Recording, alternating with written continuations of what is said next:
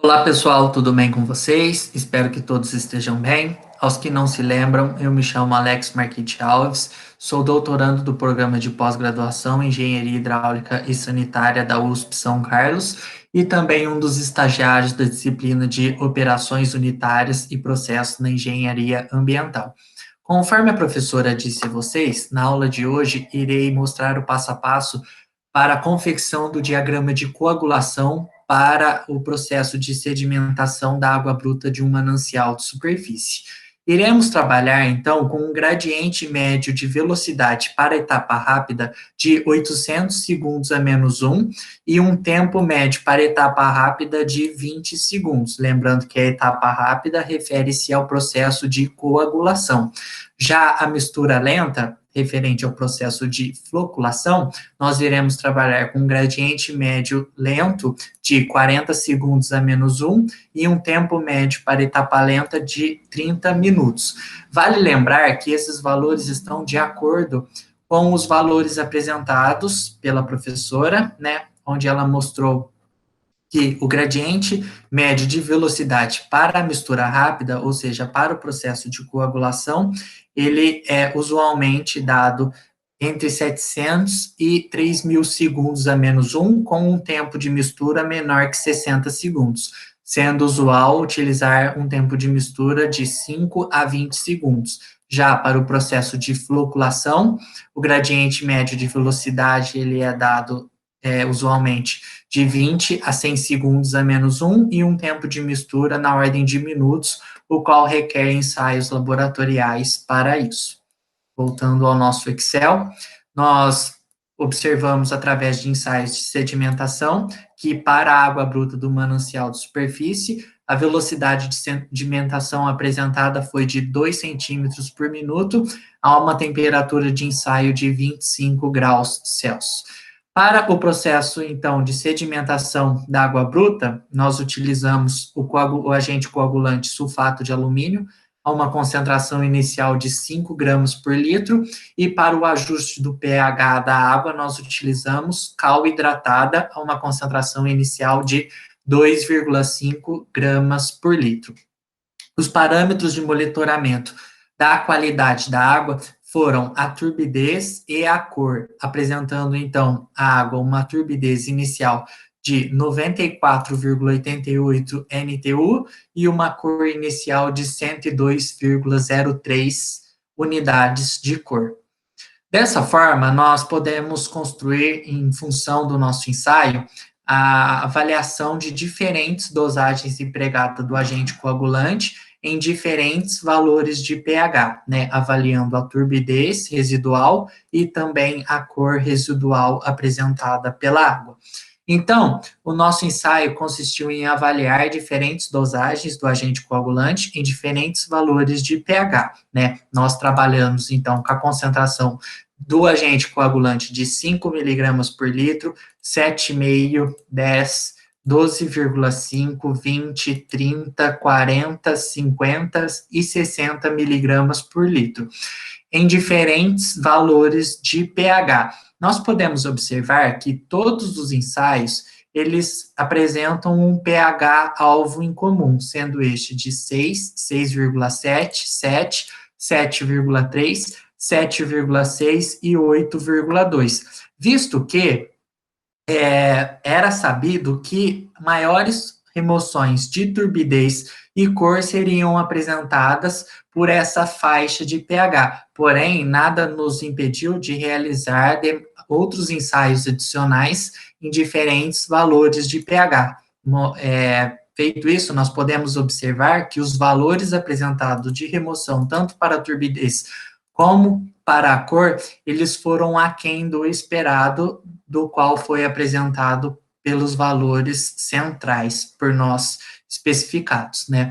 Então, para isso, nós utilizamos, conforme disse previamente, a barrilha para o ajuste do pH e a terceira coluna nos dá a concentração de cal no jarro do jar teste, né? Quando aplicado a barrilha para o ajuste do pH e também o pH real do meio após o ajuste do pH com a barrilha, né? Então, iremos trabalhar com a dosagem do coagulante, o pH avaliando a turbidez residual e também a cor residual, né?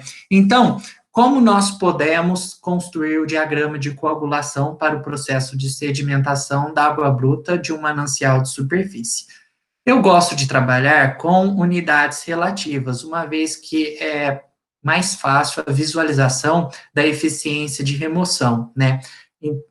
Como nós podemos calcular a turbidez relativa e a cor relativa? A turbidez relativa, ela é dada pela turbidez dividido pela turbidez inicial, né? Então, nós podemos travar a turbidez inicial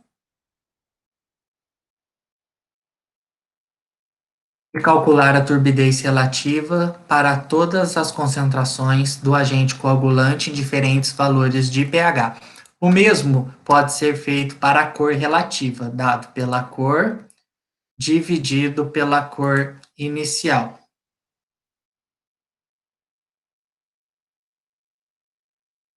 Calculando para os demais valores da concentração de agente coagulante em diferentes pHs, irei apagar essa célula valor porque eu não tenho o dado apresentado da cor residual, né? E com isso nós finalizamos a nossa tabela, que será a base para a construção do diagrama de coagulação, né? Nós podemos agora plotar os gráficos referentes à atuação de diferentes concentrações do agente coagulante em diferentes valores de pH, avaliando a turbidez e a cor relativa por eles, né? Então, irei construir com vocês o gráfico para a concentração do agente coagulante sulfato de alumínio a uma concentração de 5 miligramas por litro, né? O demais deve ser feito por vocês para as demais dosagens. Como plotar o gráfico? Nós devemos ir em inserir e irei em gráfico de dispersão. Feito isso, irei em selecionar dados e coletar os dados, né? Nome da série. Primeiro irei plotar a turbidez em função do pH para a concentração de 5 miligramas por litro. Então, turbidez, valores de x da série. Nosso eixo x é referente ao pH. Então, pH. Nossos valores de y da série para a turbidez relativa. O mesmo será feito para avaliação da cor relativa em função do pH a uma concentração de 5 miligramas por litro. Cor. Y, o x da série continua sendo os mesmos valores de pH e o nosso y da série, a cor relativa.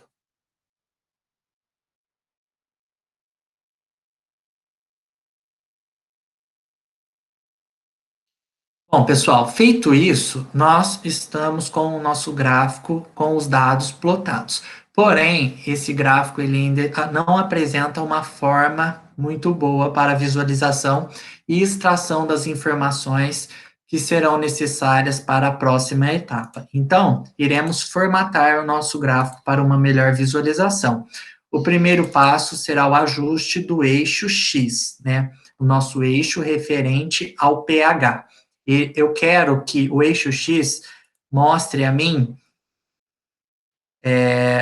os valores na forma de texto aqui para o eixo X, né? Então, ele está mostrando 0 a 9, e eu quero que ele me mostre a partir do pH 4 a 9, variando em uma unidade para a linha de grade principal e para a linha de grade secundária, variando em 0,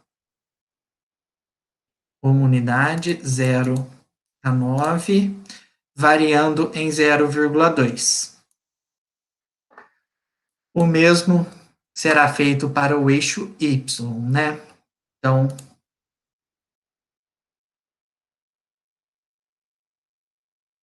texto, quero que ele me mostre o eixo y de 0 a 0,2, variando em 0,2 para a linha de grade principal e em 0,1 para a linha de grade secundária. Vocês verão a real importância de plotar as linhas de grade para aquisição das informações para a confecção do diagrama de coagulação. Então, essa etapa ela é muito importante. Pessoal, como eu plotei dois gráficos sobrescritos, tanto a avaliação da turbidez em função do pH para a concentração de 5 miligramas, como a avaliação da turbidez em relação ao pH para a concentração de coagulante de 5 miligramas por litro, irei deixar um eixo Y referente à turbidez e um segundo eixo Y, um eixo secundário referente aos dados da avaliação da cor em relação ao pH, né? Então, como realizar esse procedimento? Realizando um duplo clique sobre os dados da turbidez, marco ele em eixo principal, então o eixo Y da esquerda refere-se aos dados de turbidez, e realizando um duplo clique sobre os dados de cor, marcando o eixo secundário, ele será exibido, então, no gráfico, um segundo eixo Y para os dados de cor em relação ao pH, O mesmo procedimento, né, deve ser realizado para a formatação do eixo secundário.